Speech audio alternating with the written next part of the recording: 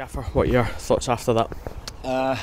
Obviously very disappointed to go out to the Cup, but more importantly, and I think we spoke about it in the team talk before the game, that what we couldn't do is another repeat performance of the round before. And as much as we had got there in merit with a Roy the Rovers-esque performance, that today that wouldn't be good enough, and that today we had to be on it from the very start. And sadly it's panned out in the exact same way, where first half we weren't at the races, we were nowhere close to it.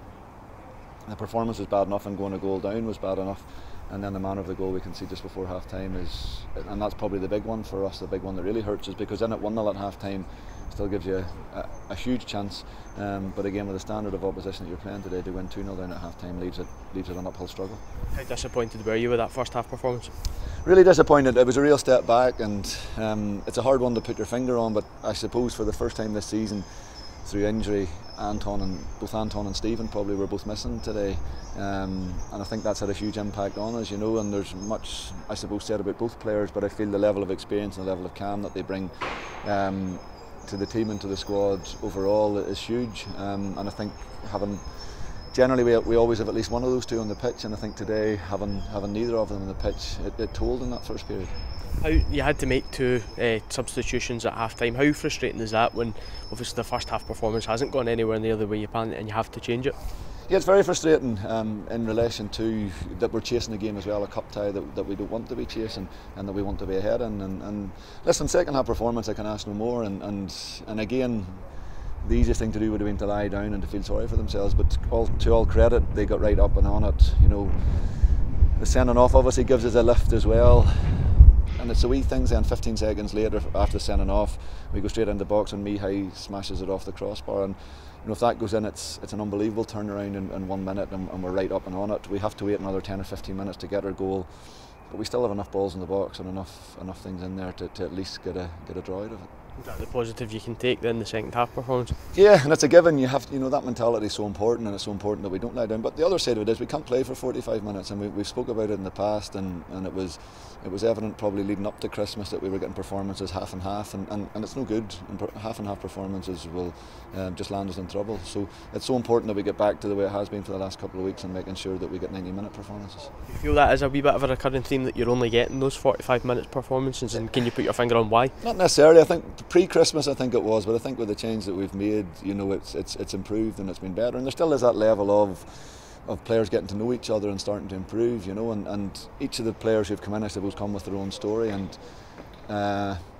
with that it's taken I suppose a little bit of time to adjust, and I think probably Popescu's probably the best example of that, where because he arrived in at the start of the window, he said 5 or 6 games behind him now, and in the last two in particular you really start to see his quality shine through, and you look at I suppose at Dukins, who scored today, but I still feel has a huge amount to go in relation to sharpness levels and everything else, but again he's probably sat on the bench for a big part of this season in Belgium and is keen to get back out and playing. So again for these players it's trying to get them up to speed as quick as possible. I need instant, the fans want instant, we all want instant, but in the same stretch with each of the stories of these players that are coming in, I suppose we have to try and persevere and work at it. As manager, do you have that confidence that once these players get up to speed, you'll have what you're looking for? Yeah, I think we've improved, and I've no doubt the quality has improved in the squad in relation to the types of players that we brought in. As I say, more importantly now, it's just about gelling everybody together, getting everybody, I suppose, to know each other and with style of play and everything else, and making sure that we can kick on. It's back to league action next week. We've got up to Pittodrie. We've already played up there twice this season, once in the league, once in the Betfred Cup. What are you expecting there? Yeah, it'll be a tough game, and obviously Aberdeen have their own agenda and are pushing very hard at the other end of the league. So we had a good performance. I think it was the first half hour we started really well up there the last day, and then the goal, couple of goals in quick succession killed us. So it's so important that we get moved on now, and that we go and get a real big performance next week. Cammy McPherson came back into the team today after a wee bit out injured. How did you feel he fared?